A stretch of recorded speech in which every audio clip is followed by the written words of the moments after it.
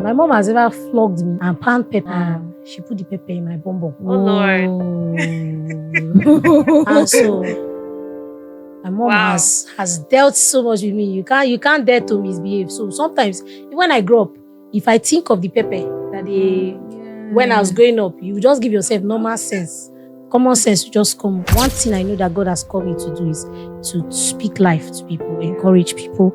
Even if you are going through whatever you're going through, I just like to come in, speak life to people. And sometimes people have reached out to me that say, I don't know, you spoke to me and your voice. So I knew the power of my voice, and that's why I'm using it.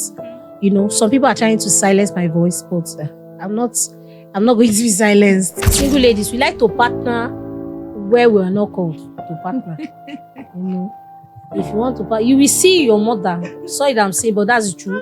You will see that your mother has a particular need. You will leave that need in your family. You'll be looking for where they don't call you. You understand? You are the one that will locate the papa that you want to be a help. I'm not saying they should not help. You understand? But you are the one that use your 2 legs and go and locate somebody that is not locating. If you know, you know. So at that point, the person that wants to get married to me does not have a house, a roof over his head. He stays with his uncle, that's his mother's brother, that he stays with him. His 2 sisters stays with the man. The man has grown-up children. I think the man has 3 children or 4 children. His first daughter should be about 18 years or so. Then in the house with him, with his wife. It's like a family house. In everybody in the house.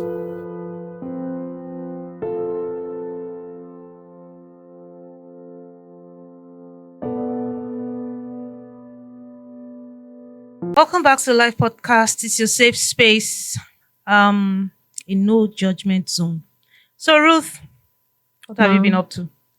Nothing much, just chilling. Yeah. Define chilling.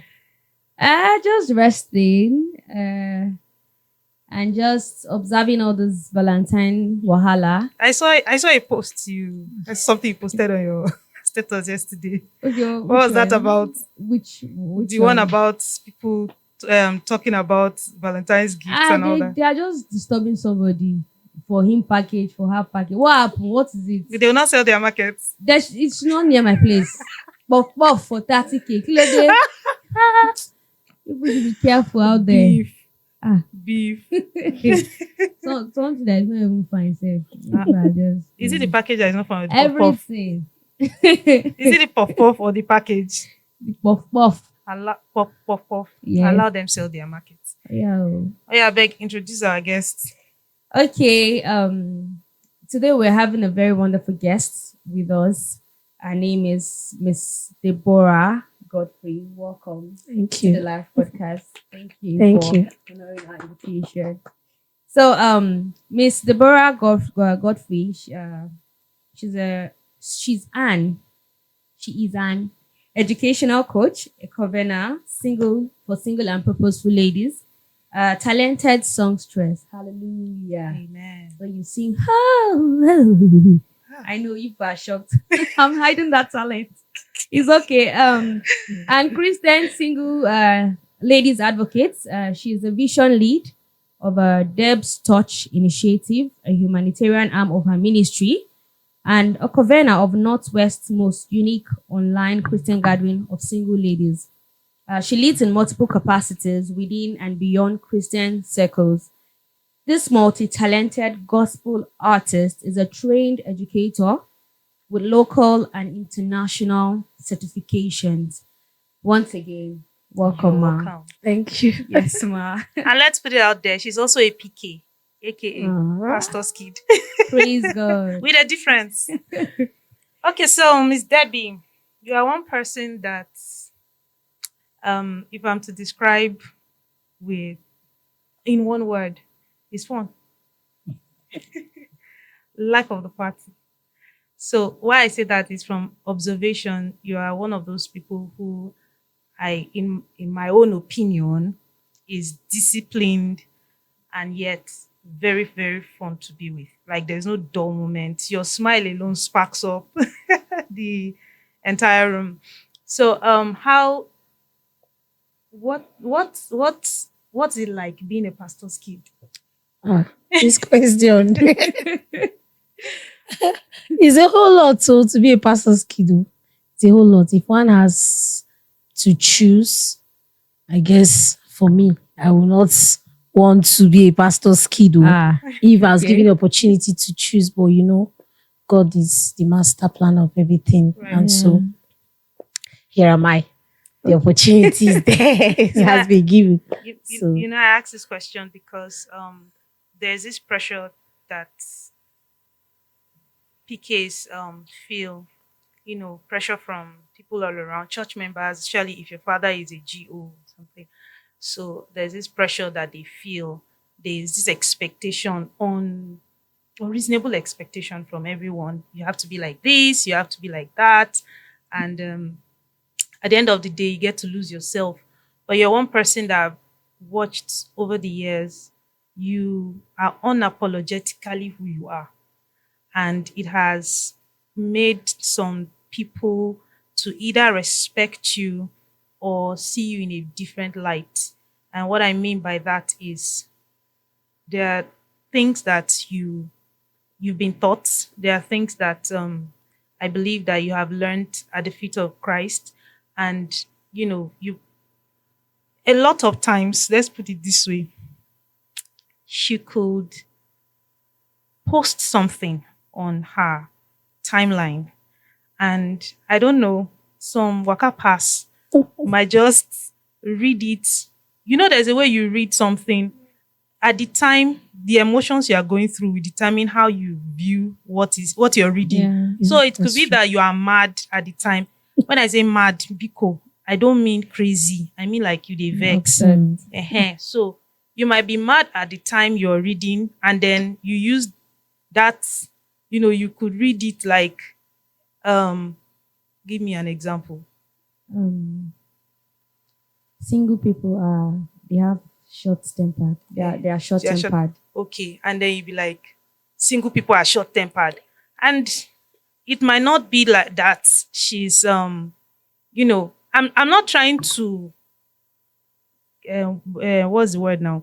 I'm not trying to make excuses for her, but what I'm trying to say is when you're reading something, please read with composure. Don't read something in the context of what you are thinking at the time or how you feel. That's true. Because you could just interpret it as what it's not. Yes. So over the years I've realized, I've seen a lot of backlash on your page, even when you're trying to help people. You're trying to open the eyes of people. Like in her profile, she says she's an advocate for single ladies. She could just be dishing out wisdom, and some people just take it to heart and begin to lash out. So how has it been experiencing that? And, being able to just not be silent, but give them back as it is coming, because obviously you're not afraid of anybody. So how has it been? Because the truth is, I feel tired, just, walk away. Like, I don't want anybody's wahala, but you just answer, you go ahead to give them back. So what goes on in your mind when you're experiencing such backlash? Okay, so one thing that my dad has taught me is in the private, hold your thoughts. In the public, hold your tongue. Wow. And so jot that down. That we live in a society that everybody just wants you to be like them. Yeah. And your originality is being hidden. True. And so I grew up in that kind of background. If you know my dad is a non-apologetic man. He will tell you the truth to your face. It doesn't matter who you are. And so I got that trait from my dad. And secondly, my name is Deborah. And so I've discovered that Deborahs were fearless. Yeah. And so I've been able to build my dad used to call it shock absorber in cars. So to be able to carry some things, some irrelevant noise though. Yeah. Because I call them noise, because sometimes you post something on the internet that you know that is important, that you know that is true, Yeah. and you know that it is edifying. Because most times, some of my posts are even scheduled. Okay. You get? So I made a post recently about people saying single people, we too they do. And so I now said something like, we too they do mean many things. Sorry, I will have to use pidgin. No, go ahead. We too they do mean say, maybe if a lady decides to go the extra mile, you decide get certificates, you decide get skills, Yeah. you decide to do the extraordinary. People say, she too they do leave her. So I posted that on my status on my Facebook account. Coincidentally, there was something that was going on online. And Okay. so it just came at the same time. Yeah. And so immediately, I'm somebody that, irrespective of who I am, my build, or anything, I listen to people. If I respect you, I respect you. And so that is contrary of the opinion that people have about me, which I don't care though. Because, everybody must, be ice cream now. People don't go like you. So Not everybody the will people like that ice know cream. you, know who you are, they Yeah, know what sure. you represent, they know what you stand for. Like she said, I'm a very, very strict person. But if you get to know me, I can be very open. Yeah. Do you get? So when that post clashed with the event that is going on, I think Pastor Sam, he was one of the person that called me on phone. He said, normally Pastor Sam it's not like Pastor Sam has the right to tell me, Debbie, take down your post. No, Yeah. he doesn't have such rights. But he just said, Debbie, you see what's going on, this. I think that post will not rather send the right message. And I took it down. I took down the post. That's not that. It doesn't mean that I'm a coward. Yeah. Do you understand? And so recently again, I had another issue online. I think that was 2 days ago. We're in church on Sunday and Daddy was preaching about poverty. And he made a statement. He said, poverty is the pillow of a lazy man. Yeah. I saw that. And I posted it because it struck me. It was true. It's true. Whether you want to, I don't know how you want to paint it, but that's the truth. Poverty is the pillow of a lazy man. And so, we have so many people that they are too wise. So they now started digging deep into poverty and all that. And I checked my comment section. Some men came on there and they're like, what of women? What of women? What of women? The person that said no food for a lazy man, why did the person not say no food for a lazy woman? And see, so I just ignored them. But there was this particular guy that came and he said, including your father and your brothers. Wow. And you see, no matter how strong a person is, only a fool will sit down and they insult your parents. No matter how holy and Jim and righteous, no matter how you are sent to the realms. And so I knew at that point I was upset and I needed to get back to the person, but I was just holding myself. Then I just typed under his comment. I'm like, foolishness is not a virtue from God. That's what I wrote. Foolishness is not a virtue from God. And if a post does not sit well with you, just pass. Yeah. I didn't know that I went to wake up the beast in the guy. Yeah. He now started insulting and immediately I just called one of my friends in Lagos. I said, see what's going on. And he said, Debbie, I'll send you 5,000 naira. Go and drink juice. Take down the post. It doesn't, that's delete the guy's comment. Doesn't make sense. I said, 5,000 naira. I'll take down, I'll delete the comment. 5,000 naira. Let me drink juice over one rubbish. So you see, that was how I took it down. Yeah. And some persons were like, if not them. Oh, it's been an amazing journey. The truth is, I'm not going back anytime soon. Correct. I don't think I'm going to because of but the highest you can tell me is that I'm not married. They can't come to your house to That's the highest thing you can tell me. But I don't know why in this part of the world we feel like there's some certain advice that is meant to be said by some certain people. The narrative of this girl is single. You don't have, what do you know? You don't have right to say things and all that. I don't know. God just help us. But me, I have immune. Amen. I want to read Proverbs 20:13, the Message translation. It says, don't be too fond of sleep. You end up in the poorhouse. Wake up and get up. Then there will be food on the table. So I guess our brother didn't know that what you posted on what Daddy said came from the scripture. Maybe because I did not add the scripture. Proverbs. Maybe I didn't. If I had added them, maybe he would have. Probably he thought the wisdom came from your head. But well, we move. We move. So let's talk self-discovery. Um, Growing up in church, like I said earlier, it's very easy for pastors' kids to lose their identity, to lose their self-esteem, just because they're trying to blend into a lifestyle that, or a life that is God has not really called them to, because they're trying to please people. They expect it to be like this, and all that. Um, Walk us through your journey of self-discovery.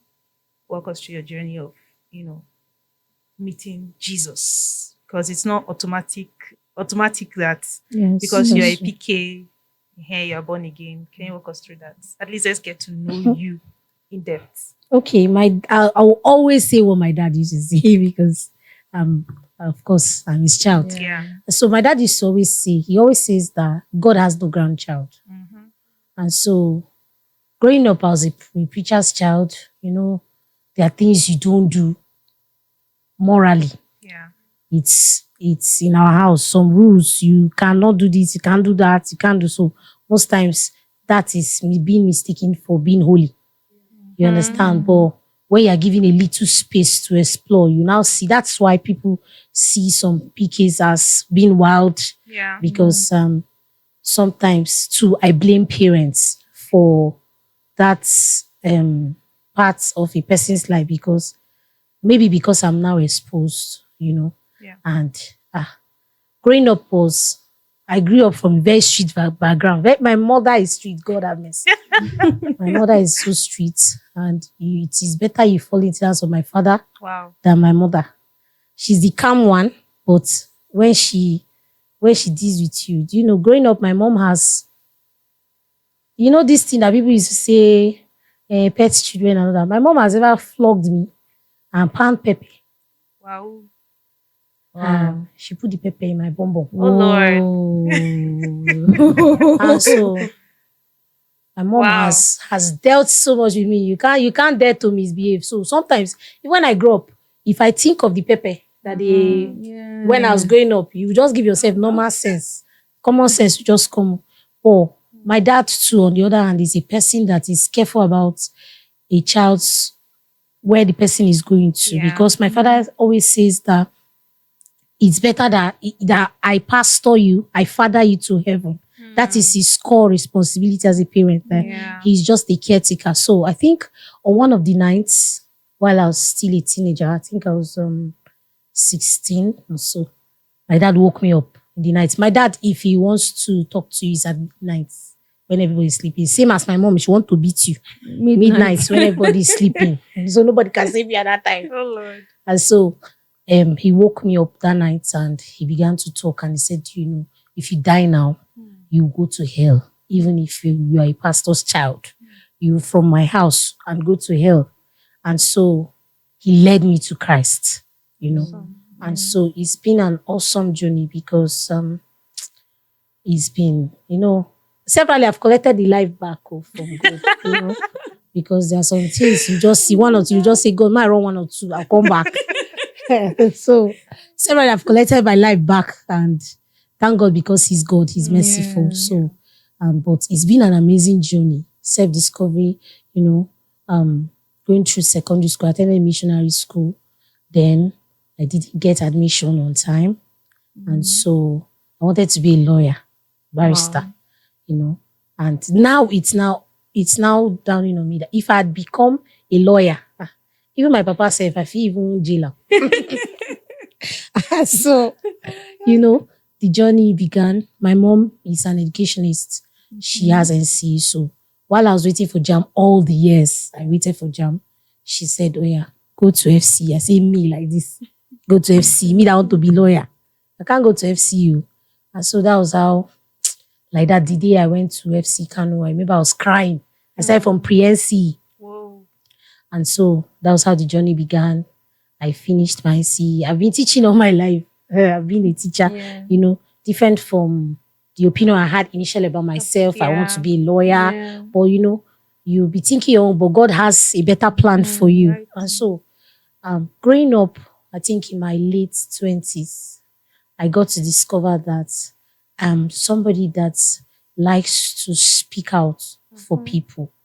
somebody that likes to, I hate injustice. I don't care who you are. If I could walk up to the dean of my school and I said, sir, with all due respect, you are wrong. The man looked at me because at that point they were supposed to, I was the president of my campus, NIFES. And so they wanted to give out rooms to the MSS, that's the Muslim community. Meanwhile, the NIFES didn't want to give us room. And so I went straight to the man's office, see the MSS, see everybody sitting there. I said, excuse me, sir, with all due respect, I know what I'm about to say. I don't have the right to say it, but sir, you're wrong. If you are a father, as we see you to be, you should be a father to both the Muslims and the Christians. And so if you're giving MSS room, you should give NIFES room. Right. And that's how it was. And that's how they gave us our room. Amazing. And so you see, I could walk up to his office anytime, any day. I could tell him that, sir, this is not rudely though, but you should be able to say your mind. So I got to discover that a lot is going on. We live in a world, like you said, pastors' children are being hidden. People want, I suffered growing up.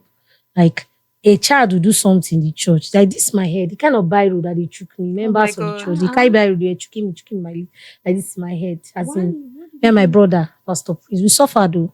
You just be going on your own. They just, hey, come, pia, on your head. Just like you didn't do anything. Like and you know, they're expecting your father or your mother to react.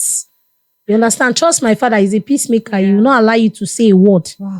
My father is always saying, no, don't react. Don't react. Don't react. So he got to me. And so when I grew up, I started to mingle with people, started to meet people, started to go for conferences and read books. And so it began to shape my identity as a person. I discovered that I just have interest to solve people's problem, you know. So I think the journey of my self-discovery started when I knew that my voice is not just for my father's church. It's not just for my environment, it's for nations. And so I'm not ready to shut my mouth anytime soon with the help of God. So that's it. You that's how it has been. Joyce Meyer said something when God called her into ministry, and she was like, how is she preach to people with this kind of voice? You know, her voice is deep and kind of husky. And, look at her today. So it's when you hear her voice, even without seeing her face, you just know this is Joyce Meyer. Yes. So give God praise. Ruth, you have a question? For now, I'm just... You're just taking it all in. You're taking it all in. Loving everything. Okay, Miss Debs, what's love to you? What does love mean to you? When the word love is mentioned, how does it sound in your ear? It sounds amazing. Come on. I am somebody that loves love. Oh, Jesus. I love love. I don't know what people see love as, but love is a beautiful thing. There's this feeling you are just like the love of God. When you want to give up, when you remember that even if everybody in this world has forsaken you, you have the love of God, and that's supersedes all. So there's this feeling that you have. And so I just love love. Love is all sacrificial. Love is the way the Bible talks about love. That's what love is. That's no matter how we want to paint. It's just that we live in a world that love is just now mere words. Mere words. I love you. Just so the person does not feel bad. Just to pacify a person, you say I love you. But I've grown to the extent that I say it and I mean it. I say it to people. I say it to we don't necessarily that we'll be dating. If you check my phone now, you see it. Before I came here, I sent messages to 3 people, 3 persons. I just felt the need to do that. And at the end, one is married. So am I loving a married man? No. But at the end, you understand that you get to plant your seed in people's life, because a lot is going on, and people, we live in a world that is void of love. Fake love everywhere. I love you, I celebrate grace. All a lie. When you come into their mind, you know that, this person does not really love you. You understand? So love goes beyond words. It shows in the way you check up on people, shows in the way you treat people. Yes, my dad used to say that kindness is the only language that even the blind understands. So love is an amazing thing. Okay. I asked that question because of where I'm going. So I want to get into relationships. I know you've had your fair share of heartbreak, heartache, and it's amazing that you still have this to say about love, because a lot of people are broken. because of the experiences they've had, they don't really like to touch on the topic, or they just begin to rant, when it comes to that. Can you share a little about your experience, when it comes to relationship with the opposite sex now? Okay. So let's get it right. You know that I'll first start with the mistakes that people make when getting into relationship, because I'm a bit experienced now. So I think I know that relationship is not for the weak. The person that said that needs a chill bottle of Coke, because if you're not ready, just don't go into it, because it takes a whole lot of commitment. It takes mental, it takes your mind, it takes your space, takes your money, takes everything in you. That's if you are in a relationship, not in a situationship. Exactly. If you know you're in a relationship, because it is a mutual thing. Yeah. And so for my own, I think I've been in quite a number of relationships, and I'm not somebody that knows how to pretend. Yeah. People say, I don't know how to pretend, because I feel like in my story, some persons will learn. So what's the need? Right. I don't know how to come out and say, this person is good, and the person not good. I'll tell you bad. And so I think I've had my own share of relationships, breaks, heartbreak. I think I shared one in my last post. Yes. Don't touch it yet. We're going to that. We'll get Okay, so I think that I've had quite a number of heartbreaks, but the truth is that when a relationship is not defined, when you've not defined a relationship, so you expect the unexpected, because it was not defined. You understand? Some people just go into relationship because they are bored. Yes. There are people like that. Yes, you go into a relationship because they are bored. You go into a relationship because you want to compete with your neighbor. When is not recreational activity? Now you they say it like that, my sister. They don't see it like that because you are experienced. And some people, if I deal with teenagers, and if you are not in a relationship, looking like you're sick. So that relationship, they want to answer. Like when I was in school, there are some ladies that even if you are a fly that is driving a car, so long as their guy has a car, that's prestige. That my guy here, he comes to school, park. Even if the guy is beating you back, I think another thing that comes with that is a need to belong to someone.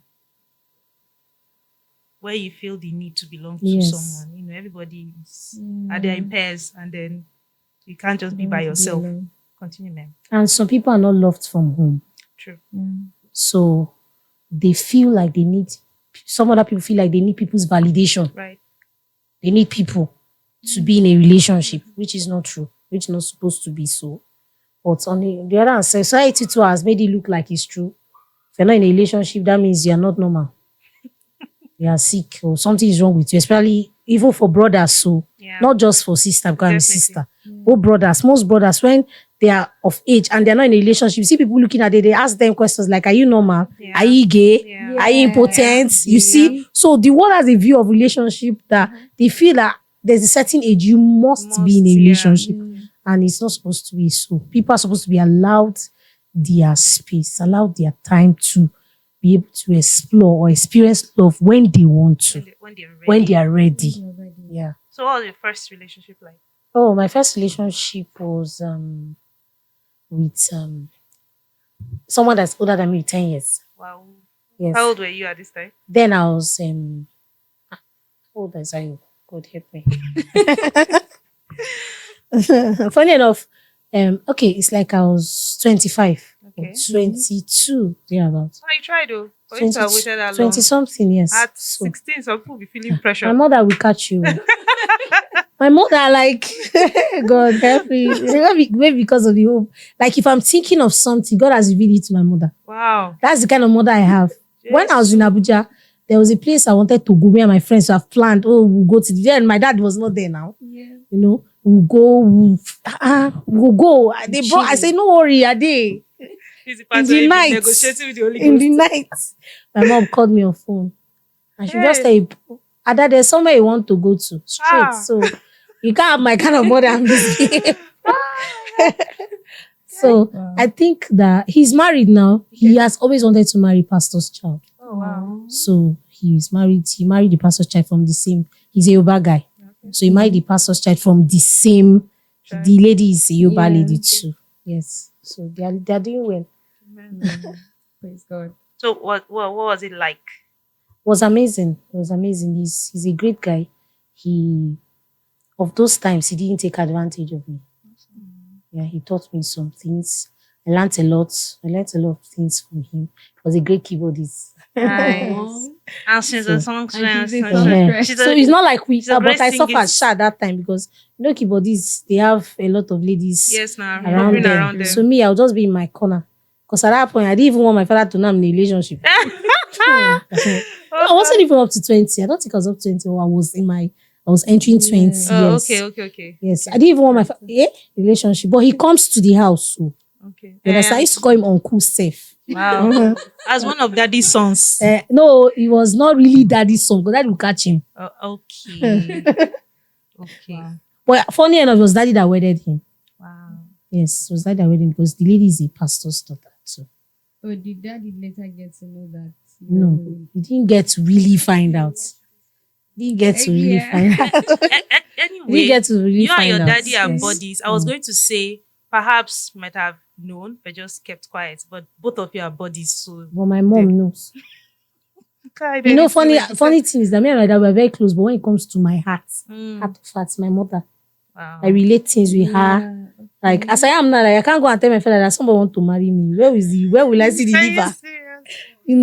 But we talk, we are close, but you see relationships. Yeah. I discuss with my mom first. She's the middle one. I'm shocked because I know you and your dad. We are so close. Okay, so before we get to that testimony part, I want to acknowledge the fact that and celebrate you for something that is very rare, and that is you see a lot of PKs celebrate men of God or their shepherds, but do not celebrate their own biological fathers who happen to be their own pastors, who are pastors and are their own pastors. I hardly see such, especially online. I don't know, but online I hardly see such. But I see how intentional you are about celebrating your parents, online, offline, and all that. So I really want to give you your flowers for that. So now to your testimony, you had a health challenge some years ago, and a lot happened around the period of your surgery. Can you talk to us about that? Okay. That was 4 years ago. I think I was diagnosed with ovarian tumor. And so I just noticed that I started having sharp pain, and I thought that, all these faith people, I thought that it's just cold. I thought it was cold. Yeah. So I would be rubbing aboniki. And so it's now resulted to something else. I noticed that my stomach was getting bigger. And so that was how it started. And before then, I think I met a guy. He's a pastor. He's in Lagos. He's a Jew, the church. I met him online. Wow. Yes, I met him online. He made a post. He's my friend, though. He has been my friend on Facebook. One funny thing about me, I think somebody posted that in one of the anonymous that I'm too rigid. I don't know how to chat with people. I don't sleep online now. And I'm somebody that is straightforward. If you come online, just tell me hello, hi. Yeah. Tell me what you want me to. You don't expect me to be saying hello, how are you? Have you eaten? I don't have time for that. I don't have that kind of patience. Just tell me, go straight to. I like intentional people. And so I think I met him online, and he was based there in Kano before. And so he posted a women's program and a single ladies program. So I got attracted to the program. I'm like, okay, I want to be part of the program. I reached out to him via the post. He didn't respond. And so I posted my dad's picture one of the days, and he came under my comments. I'm like, wow, are you daddy's daughter? Oh, daddy this, daddy that. And me, that cannot keep quiet. I came under the post and I said, but I've been talking to you and you did not respond. But all of a sudden, because I posted my father's picture, now you're not responding because you know my father. He now said, no, he didn't see. I said, go and check your inbox. So that was where the conversation between both of us started. So we got talking, and I noticed that he had interest in me. So first thing I did was to pick his pictures and show my dad. So I showed my dad the picture. My dad said, yeah, he knows him. My dad knows him. My dad has gone to their church several years to preach and all that. So he knows him. He knows his father. He knows his mother.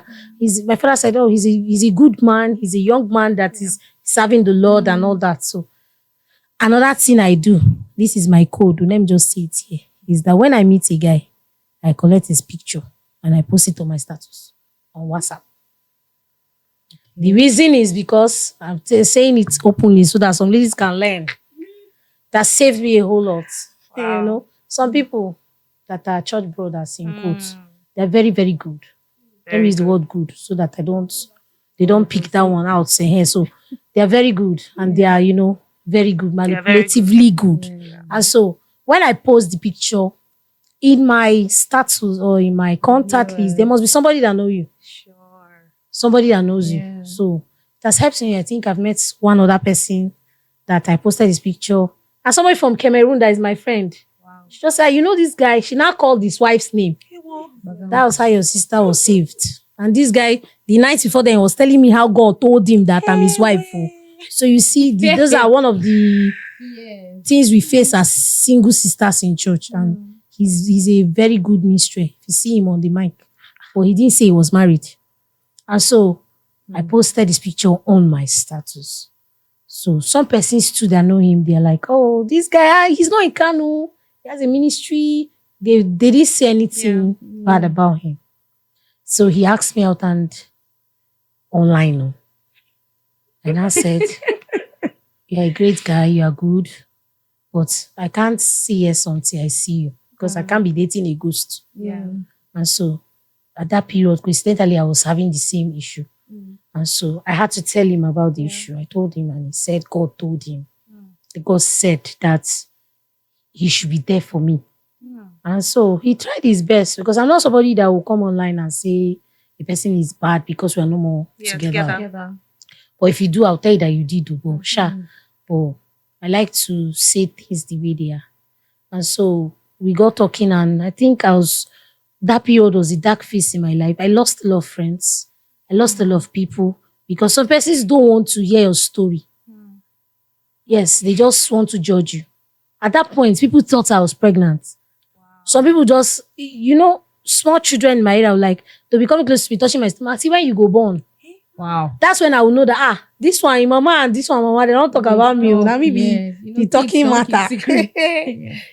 One of the ladies met me. She was like, Auntie Ada, I know you very well. So, are you pregnant? I had to sit her down and tell her that I'm not pregnant. So, it's an health issue. If I come out on Sunday morning, I want to go to church, all my clothes, I'll just be crying because I don't know where to start. I was now hiding myself, and I was working at that time. But luckily, if you check that post, the post following the post was the post of my best friend, Chooks, Mr. Chooks. Yes. Shout out to Mr. Chooks. It's an amazing friend, and he was there all through my process. We worked together. He was my colleague at that time. So there were days where I was bleeding for weeks, and he's the only one that knows I was bleeding. Wow. And so there are days where the rest of my colleagues would have gone home. I would stay alone with him, Funny enough, he was the form teacher of JS1. I was the form teacher of JS1B. So we're always doing things together. And so he will stay. Sometimes I'll be writing on the board. I'll feel nauseous or feel a sharp pain. I'll quickly call him. He'll come and take my class. He covers my class, covers his class. Wow. At that point, he was the only one that knew what I was going to because I was always going to frequenting Aminu Kano. Even my school asked for my medical report, but I said it's private. I can't give it to them. So most times, if I take excuse, he has to fill in for me.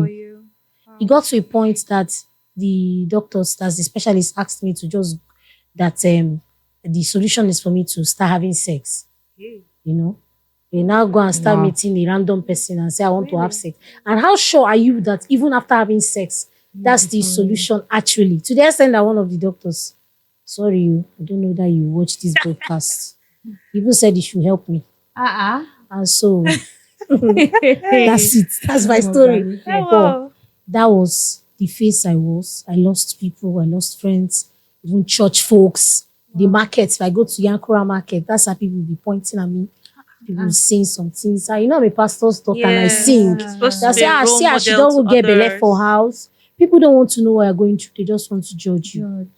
And so that was how I went through all those pain. Thank God for my parents. Like I said in that post, they were my biggest inspiration at that point. There are times where I'll just like, God, I'm tired of this because I can't walk from here to here. I can't stand. If I lie down, problem. If I stand up, problem. I can't poo. I can't pee. Wow. Like if I want to pee now, I stop drinking water at some point because if I want to pee, I'll shout. The person down can hear me. I'll be screaming. Wow. Sometimes they have to place me on drugs that are very strong that can help reduce painkillers, that can reduce the pain, but they must be given to you under doctor's prescription.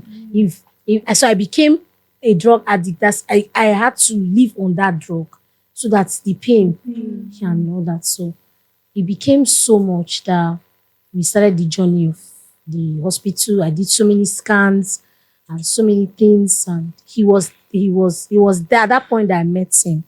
And so he was always calling and all that. So first when he came to Kano, because I'm somebody that I don't like to confuse my parents. I said it's just one guy that I'll bring for daddy. This is the guy I want to marry, daddy. So, but he didn't even tell me he was coming to Kano. So he came to Kano. He met daddy. Daddy knows him now. So he met daddy that day and he told daddy his intentions. And daddy told me, I said, okay, daddy gave me time to pray about it and give him his answer. So I think he was still in Kano on the 21st of September that year. I now gave him my answer. And so, you know, he's the first person I've said yes to maritally because I'm a very sensible person. If I enter a relationship, I'm not putting marriage in front most times. I just feel like I just feel like we have something to offer each other. So let's just see how it lasts. So, and seeing that my mom, my siblings, they are all aware. Not just my mom, my siblings, there are some daddies in the land that are aware, that we're aware of, because he took me to them. They're aware of the relationship. So we started planning for the wedding, so to see. And so he's in Lagos now, me, I'm in Kano. So you see the distance, but we talk. And so when the battle became fiercer, that's the pain and all that. It was daddy that was always following me to Aminu Kano. You know, at some point, that man, I don't know, he tried because I could see that my dad would wish he could collect the pain from me. Because there was one of the days that I went to Aminu Kano around 8. I didn't finish with the doctors till almost 6. Daddy came to that hospital with me reading a book. He finished the book. Wow. I had not come out from my section. And so it was really a dark time for me because at that point I lost myself. I lost God's self. I wasn't even believing that. I was like, oh God, if you want to kill me, I was there. You understand? And some good people too were mentioning my names in prayers and all that. And Mr. Chooks too was always there for me. And my mom. And so fast forward to the day of my surgery. That's a day to my surgery. Was supposed to be on Wednesday. And so Tuesday you get to be admitted at the hospital for preparation. So I was just there. Before then, I noticed a bridge in our relationship, communication and all that. He talks to me all the time. I'm somebody that, in as much as I'm in a relationship, does not make me to hide the truth from you. And this guy in question, he's a nurse. Oh, wow. He's not practicing. Say God told him to be a full-time minister. I don't have a problem with you being a full-time minister. If that's what God has told you, fine. But I feel like there are some other things you will do to help yourself. You don't need to depend solely on members. You know, you don't need to be dependent on people. Like you are depending and say, okay, I prayed for somebody. He will send me money. I don't want to live that life. Yeah. And I don't think that no matter how desperate I can be, I will not know what I want in a relationship. I don't want to be in that phase. And that was not modeled to you by your parents. No.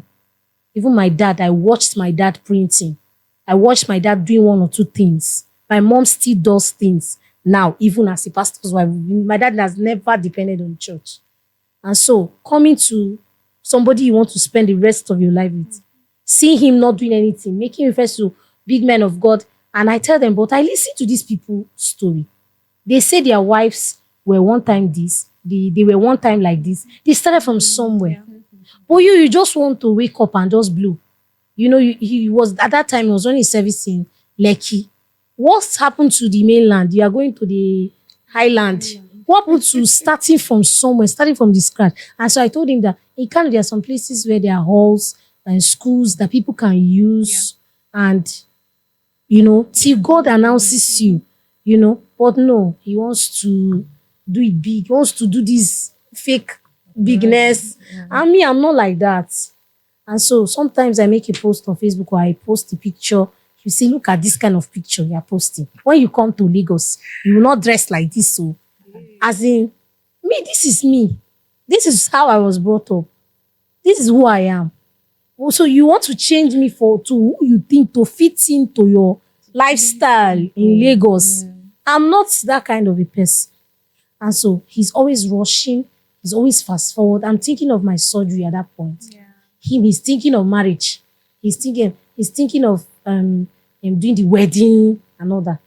And me, I'm thinking of my surgery because there were some complications I had. At that point, the doctors were saying that their ovaries were damaged, not mine. They were saying some things and all that. They were saying that they were not going to give birth. And so many things they said at that point. So I was in between so many things. At that point, my mom was the one that was always telling me, I gave birth to you, we give birth. You know, at that point, I saved my head. So that's why I told him, oh God, they say I will not born. You want to marry. You will not rest. You know, so you see, I discovered that there was a bridge in our relationship. And so I noticed, because he told me there was one sister that is in the church that decided to be a partner with him. So that's say we should buy, you know, single ladies, we like to partner where we are not called to partner. You know, if you want to partner, you will see your mother. Sorry that I'm saying, but that's true. You will see that your mother has a particular need. You will leave that need in your family. You'll be looking for where they did not call you.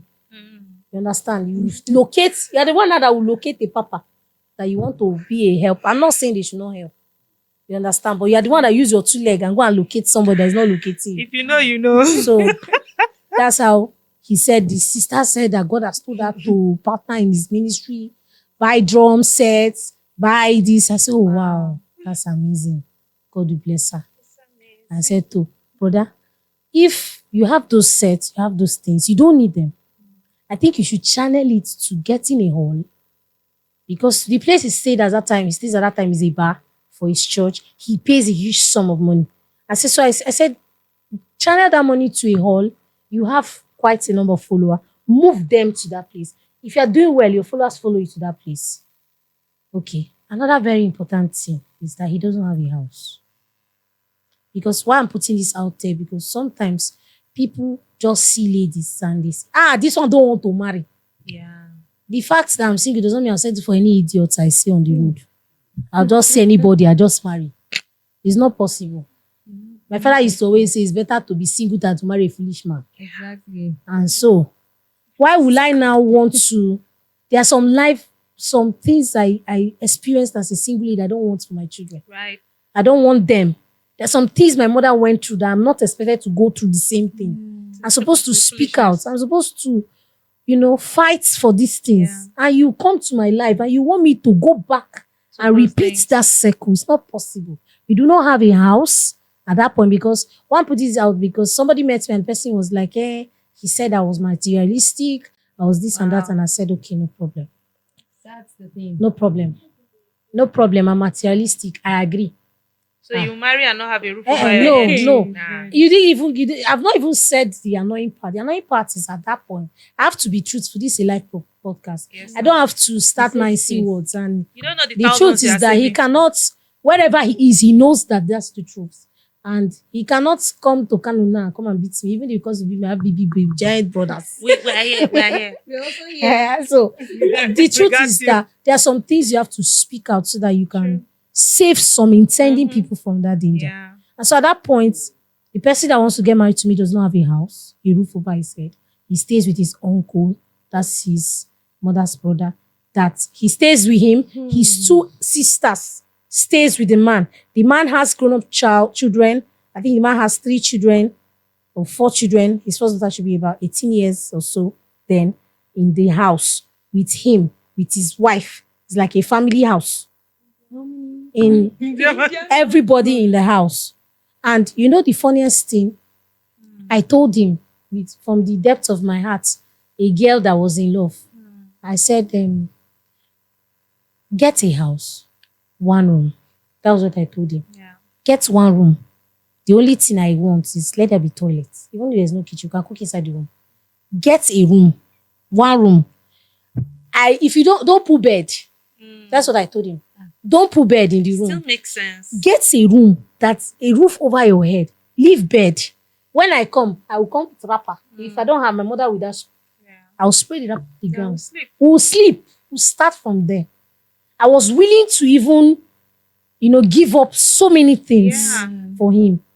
Because I feel like there are some people that started small. I told him so many times. I said, see, let me tell you, if I marry, I'm the one that's helping you. Because I know that the man I'm marrying, I'm the one helping you. Say it again. I said, if I marry, I'm the one helping you. That's just the truth. And so I need single ladies out there to understand that you are not just a non-entity. You're not doing as a man is not doing a favor coming to marry you. You say a man, I say, will you marry? You're shouting, you forget yourself. Oh my God. It's good to do all that, but don't forget yourself in the process. You're the one leaving your father. You're the one leaving yourself to go stay with that man. Changing your name. You're the one changing your name. You're the one leaving some of your core values because you want to go and live and fulfill God's mandate with another person, a stranger that you don't know, that is not your brother. And so sometimes go in there with your values. Do you understand? Yes. And so when I said get a room, it was a problem with the quarrel because I say find 1 room. Now, so am I supposed to leave Kano? He's in Lagos, man. I'm in Kano. And so the picture is I'm going to leave Kano. My mom will tell me bye, my dad. Then I'll go to the house and go and join them in the family house. and become small wife. Okay. At that point, when he met me, his mom gave him a huge sum of money. And I told him that me coming to your life is a blessing. And that was the truth. The moment I said yes to him, there were so many doors that opened for the guy. So many doors. People were just giving him money. Some people gave him 500,000. Oh. Money I no see. Oh.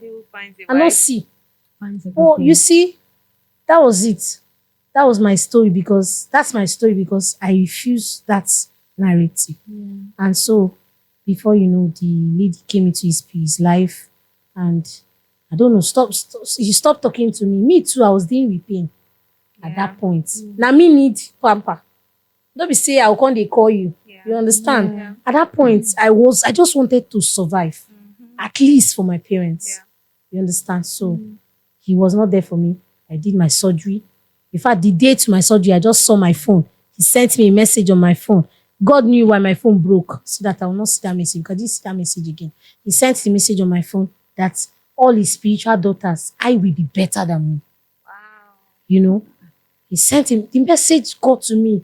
Something that when I finished with him, my BP rose. And when you want to do surgery, your BP has to be enhanced. So I held my chest. It took a call from my younger sister. She called me and she reminded me of something. She didn't even know what I was going through. She just called and she reminded me of some things and I came back to normal. Then I had my surgery and I came out. And his parents were not even aware that I was going for surgery. Wow. And so 2 days after my surgery, his mom called. They are still planning marriage. And so my mom was one that picked the call and told her that, please, my daughter just came out of surgery. Let her at least rest. Wow. And so that was when the mom was like, she did surgery. And they were not aware. They were not aware. And so that was how our journey started. And me, I just didn't go to that place again. I didn't call or we stopped talking until I think sometimes late last year, I got a text from him. Me, I can't keep malice now. I replied to the text. You understand? But that phase has passed for me. So, and I just thank God because it was an amazing experience. I get to meet people. I've met people after him.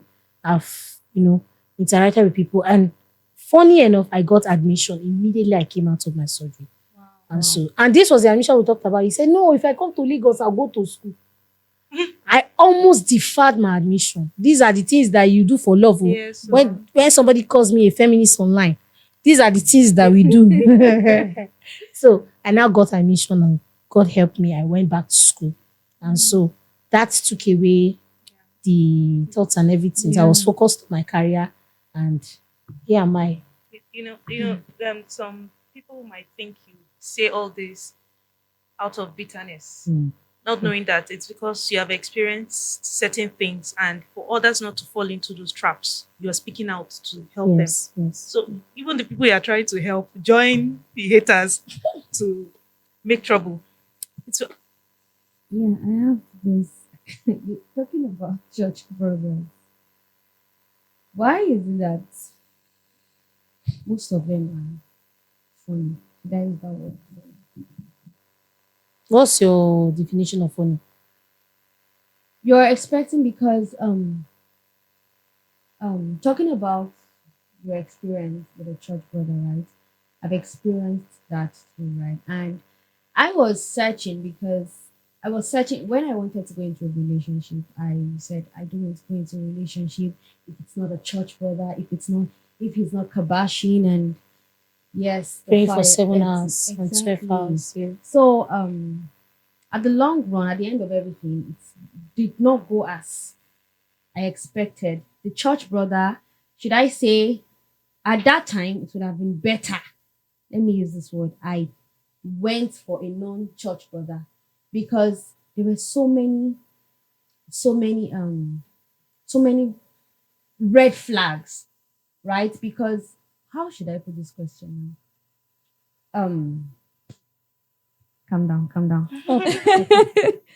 There were so many red flags, right? So now why is it like that? Is it that they know that they have this fault and they're not willing to work on it, or they're just focused? Because when it comes to spirituality, most of them are very good, very, very good, but other areas are suffering. Is it that they know that they're not good and they don't want to work on it, or they feel it's not necessary? What do you have to say about that? Well, let me say that a church brother will always be preferable than a worldly brother. So let me put that out there. Yeah. So we have good church brothers too. Yeah. But the problem is they are spiritual, but some of them are very spiritual, but they are not intentional. Yeah. They don't even know what they want. Understand? They see sister A and they see sister B, they are confused. Is this sister A? Is this sister B? They don't know the basic things. See, as ladies, there are some things that makes you, oh, this man is intentional. Now, I want to put that out. Some of our brothers do not even know that our ladies menstruate. So you're having a menstrual cramp and the brother is praying. So you see what I'm saying? Yeah. You know, somebody told me that where is Valentine in the Bible? Is a church brother. Yeah. Someone said that. Once you celebrate your birthday, that day you're supposed to devote it to the Lord. Wow. It's a church brother. Do you understand? Some little things that matter, even in marriage, they matter. You understand? So, but our church brothers have left what they are supposed to be doing. They are focused on this, which is very good, though. But there are some aspects that they are supposed to be intentional. You want so much. You want to be like Pastor Femi Lazarus. You want Pastor Femi Lazarus' wife, Pastor Miracle. Do you think that Pastor Femi Lazarus did not work on her? He worked on her. He bought her books. When was the last time our church brother intentionally go to a bookshop, buy a book for a lady? You know, the lady, you feel like, you are jobless, I'm not doing anything. Register her for a skill. Nice. The wife my brother is married to today, Pastor Prince, they were not even in a relationship, we're just in a single forum, ladies guy. He registered her for hairdressing. Then they finished. He registered her again for sewing, tailoring. Today is his wife. She's using the skill for him. At that point, they were not even in a relationship. He was not even thinking to get married to her. So you see, our brothers are feeling like, I don't know, they have a mindset about us, which it has to change. You understand? There are some things.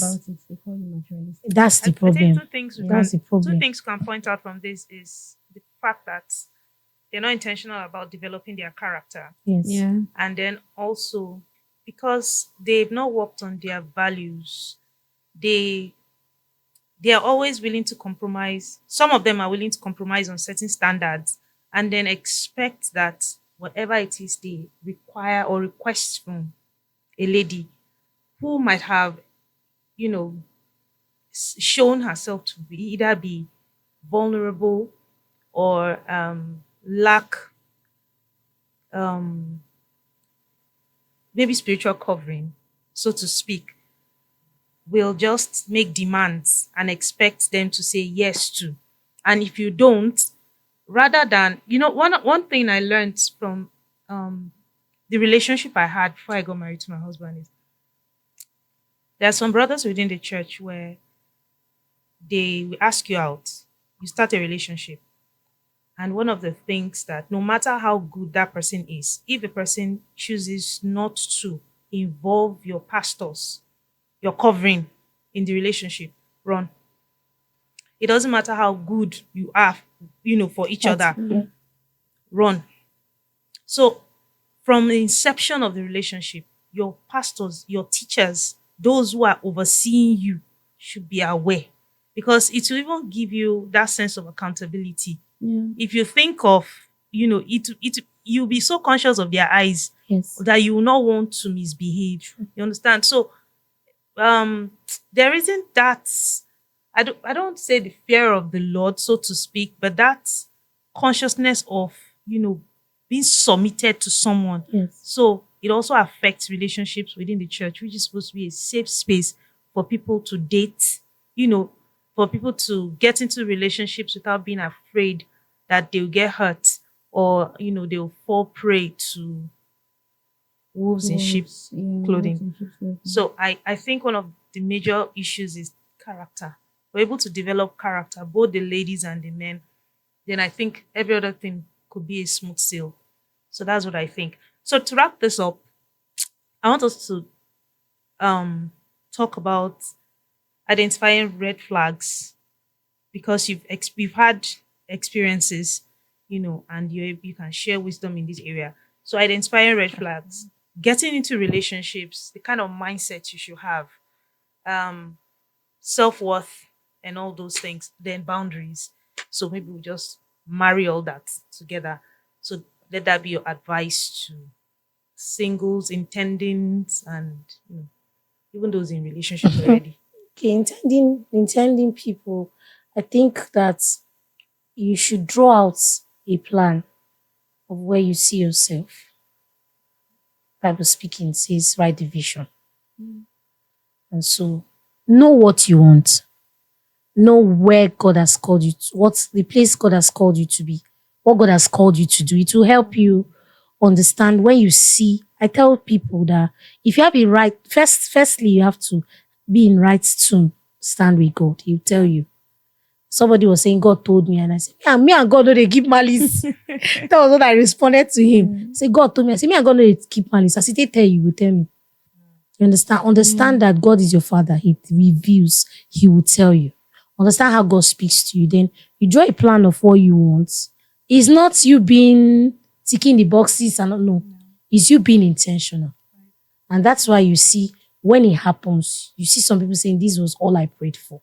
What if they don't have what they pray for? They don't want anyhow man. Anybody just come to you and and that's why you meet anyhow kind of people. Because you don't have where you're going to. You don't have a plan. There was one day I was walking and one guy stopped me on the road. I cried my life that day. I looked at myself from head to toe. I said, God, what did I do? This person will stop you. How? What brought this one now? Is it that I want to do evangelism? Or as in, I cried. I was like, God, is this, am I smelling? Am I disgusting? It was so irritating that kind of person could have approached me. It's not like I'm looking down on him, but I know where I am. I know where I'm going to. And some people, they want to tell you, this person is good for you. This person is good for you. We live in a world where people recommend people. Your pastor, my pastor say, your pastor will not be there when you're having a problem. That's just it. My best friend is a guy. And we've been together as friends for more than 8 years. Wow. And so I see people online, they say, girl and guy, they be friends together. They must sleep with each other. What. I've stayed in the same space with my friend till 7 p.m. He know they mad now. That's why I say define your relationship. Some people have gone to him. They have said, people are compatible on that post. Wow. Some people have come and say perfect match and all that. Now you go tell me what I want. Now you go tell him what he wants. Both of us defined our relationship from the day one. I knew where I was going to. He knew where he was going to. We don't match as per when it comes to life partner. Yeah. But we are friends in other areas. But life partner is somebody you do your life with. So that's a very careful thing to do. So as single ladies, first, be intentional. As you have to close this your ear, maybe with cotton board, because people will talk down on you. People will definitely want to tell you who you are supposed to be and all that. But you have to be intentional. Keep growing. Keep investing. Keep the ladies in the tech world. Me, I'm even saying I'm very backdated. There's one of my friends I saw.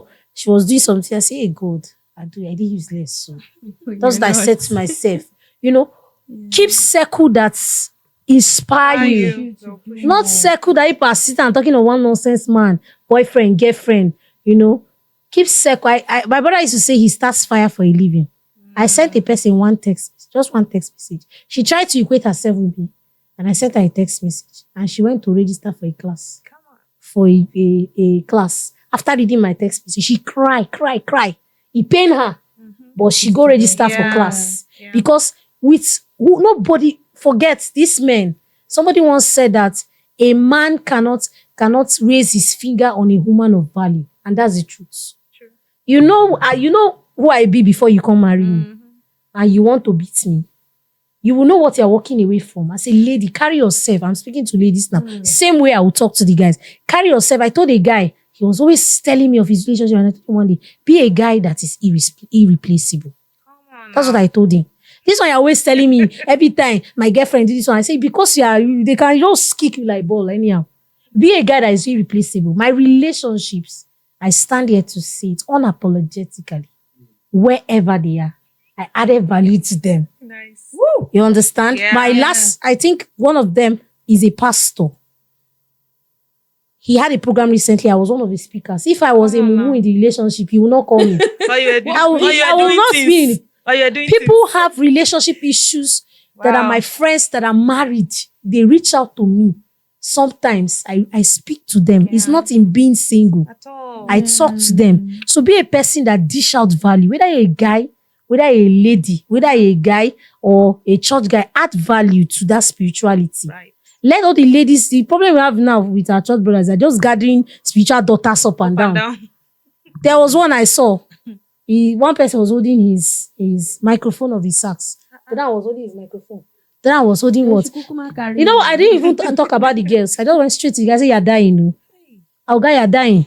See girls around you holding you never even arrive. And he's nowhere today. He has gone back to wherever he is. You understand, but people pursue, when you want to pursue something, pursue things that are valuable. Right. Carry yourself with so much prestige. As a church brother, read books. Learn things. When you're in a relationship, be intentional. I tell the ladies in my school, every day they carry go to Feda, they drink ice cream. You don't get sense. You sit down on a cup of ice cream. You did not talk anything valuable. You are leaking ice cream. You are leaking your destiny away. You don't understand. We are sitting down. You can't sit down with me and don't get value. I can't sit down with you and we are talking over. I will sit down with you and when you are going out, I talked to one pastor and the next thing he said to me, well, if I could read the message, just one day I talked with him. So you have to be. I wasn't like that before. Yeah. I built myself over time. Yeah. I looked at where I was going to. I said, God, I need to be this person that when I speak, people listen. Right. It didn't just happen. And so me, I'm not bothered about the backlash. I'm coming. Understand there? Yeah. So as a lady, as a guy, know what you are called to do first. Mm-hmm. We have so many guys that don't even know where they're going to. Even if God has called you into the ministry, get a skill. That is why a lady can come out and drag a church brother. Because you asked her for recharge card. Right. You asked her for data. You reduce yourself to be asking her for data. Instead of you giving her. That's why she can come out and say, I made you. I picked you for some of these things you can actually not even have anything to do with them. Because you know where you're going to. Yeah. Even if you don't have a job, look for something to do. You understand? Yeah. Don't be lazy. I told a lady recently, a guy, one of the pastors in town, met her and said, give me your first salary. I prayed you into the job. That's one of the things that make them call me feminist. Because if these ladies come to me, I'll tell them the truth. Wow. And so the lady came to me and I told her that, you have a mother, ba? She said, yes. I said, your mother is a widow. She said, yes. I said, and you have other siblings? Yes. I said, go kneel down in front of your mother. Give her that money as first fruit. If she prays for your life, will never remain the same. And you want to hand over that money to one non-entity that will use it and buy gin and top and be disturbing us on media, disturbing us, teaching and talking rubbish. You got to another girl. Do you understand? So we need to grow up as church brothers and sisters. There are some things we need to just set aside. Yeah. If not, the world people coming will just be repeating circles. True. So that's it. Wow.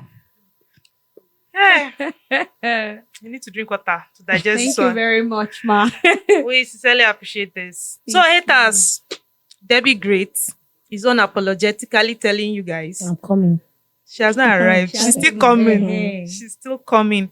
So please, I'll beg us to open our hearts to truth. Yes, basically. Truth might not be sweet. It might not be good. I mean, Pleasant to the ears. pleasant to your ears. But truth is truth. Scripture says that you know the truth and it will set you free. Yes. The truth might not be pleasant, but it is something that will set you free. Open your hearts, open your minds to learning. Biko, she's not out to attack. She's out to teach you. She's out to help you. I'm not confrontational. Yes. So she's it's out of love. She can just sit down, pen this thing down, put it on Stella or Amazon and sell her books. But she's coming out because there are people who need to hear with the hearing of the ears. There are people who need this thing to sink into their hearts. We can do better. Honestly, we can do better. And we need to begin the change from within us. It should start with us. There are circles that we are aware of that should end with us. So we need to start and turn a new leaf. I also believe that with intentionality, with the willingness to imbibe this culture, with the willingness. Idea is need. But be willing to change. Yes. Be willing to mend your ways. Lord, we are willing to mend our ways. Amen. Because we all falter, one way or another. Yes. We are not perfect. Yes. So once we hear teachings, like this, we should be willing. Look inward. Lord, where do I need to mend my ways? What do I need to do to become a better person? Because as much as you want a fine guy, a rich guy that will buy Reflector yogurt, and Yauza suya all the time, what are you bringing to the table? So you want someone who is good. Are you good for the person? Sure. So if you were you, will you date you? Will you date you? So root. I've dropped root. Come on, man. All right, thank you guys. See you some other time. Debbie Great, we're grateful. Thank we you love so you. much. We appreciate this. Thank keep you doing so you. much. Carry Jesus to your full chest. Yes, so and keep being a PK with a difference. That's right. That's right. God bless you all. See you some other time.